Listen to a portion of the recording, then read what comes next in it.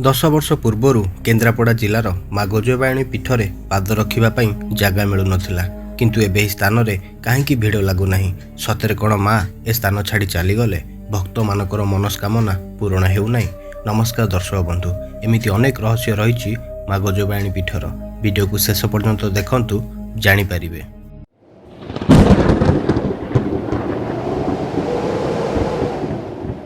କେନ୍ଦ୍ରାପଡ଼ା ଜିଲ୍ଲାର ବାଘଡ଼ିଆ ଗାଁର ନୀଳମଣି ବାରିକ ମା ଗଜବାଣୀ ପୀଠରେ ପ୍ରତ୍ୟେକ ଦିନ ନିଜର ଦୁଃଖ ଜଣାଇବା ସହିତ ପୂଜା ଅର୍ଚ୍ଚନା କରୁଥାଏ।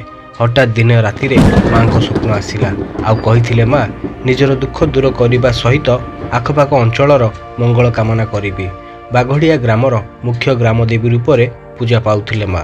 କିନ୍ତୁ ମା ଗଜବାଣୀ ଭକ୍ତ ନୀଳମଣି ବାରିକ ଶରୀରରେ ଆବିର୍ଭାବ ହେବା ପରେ ମା ଗଜବାଣୀଙ୍କ ଆଦେଶରେ ଆଖପାଖ ଅଞ୍ଚଳରୁ ଯିଏ ଆସି ନିଜର ଦୁଃଖ ଜଣାଇ ସମସ୍ୟାର ସମାଧାନ ପାଇଁ ରାସ୍ତା ଦେଉଥିଲେ ମା। ହଠାତ୍ ଏହି ସ୍ଥାନକୁ କାନ୍ଦି କାନ୍ଦି ସ୍ୱାମୀ ସ୍ତ୍ରୀ ଆସି ପହଞ୍ଚିଲେ। ମା ଗଜବାଣୀଙ୍କ ଆଗରେ ଗୁହାରି ପଡ଼ିଗଲେ।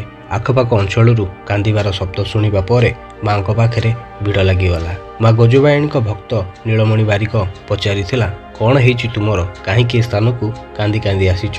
ସ୍ୱାମୀ ସ୍ତ୍ରୀ ଦୁଇଜଣ କହିବା ଆରମ୍ଭ କଲେ। ଦୁଃଖ କଷ୍ଟ କରି ବଡ଼ କଲୁ, ଗୋଟାଏ ବୋଲି ସନ୍ତାନ ମୋର। ମା ମୋ ପୁଅକୁ ଭଲ କରିଦେ, ନହେଲେ ଆମେ ମରିଯିବୁ। ମୋ ପୁଅକୁ ବ୍ଲଡ଼ କ୍ୟାନ୍ସର ହେଇଛି। ଏକଥା କାନ୍ଦି କାନ୍ଦି କହିବା ପରେ ମା ଗଜବାଣୀଙ୍କ ଭକ୍ତ ନୀଳମଣି ବାରିକ ମାଧ୍ୟମରେ କହିଥିଲେ, ପୁଅକୁ ଆଉ ଏକ ଅନ୍ୟ ସ୍ଥାନରେ ପରୀକ୍ଷା କର, ଦେଖିବୁ କିଛି ହେଇନଥିବ। 7 ଦିନ ପରେ ପୁଅକୁ ନେଇକି ଏହି ସ୍ଥାନକୁ ଆସିବୁ। ଆସିଲା ବେଳେ ମୋ ପାଇଁ ମାଛ ଧରି ଆସିବୁ।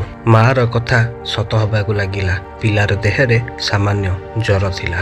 ମା ଗଜବାଣୀ ପୀଠ ଏପରି ଏକ ସ୍ଥାନ ସବୁଠାରୁ ଅଲଗା, କାରଣ ଏହି ସ୍ଥାନରେ ମନ୍ଦିର ଦେଖିବାକୁ ମିଳିବ ନାହିଁ। ଘର ଭିତରେ ରହି ପୂଜା ପାଉଛନ୍ତି ମା।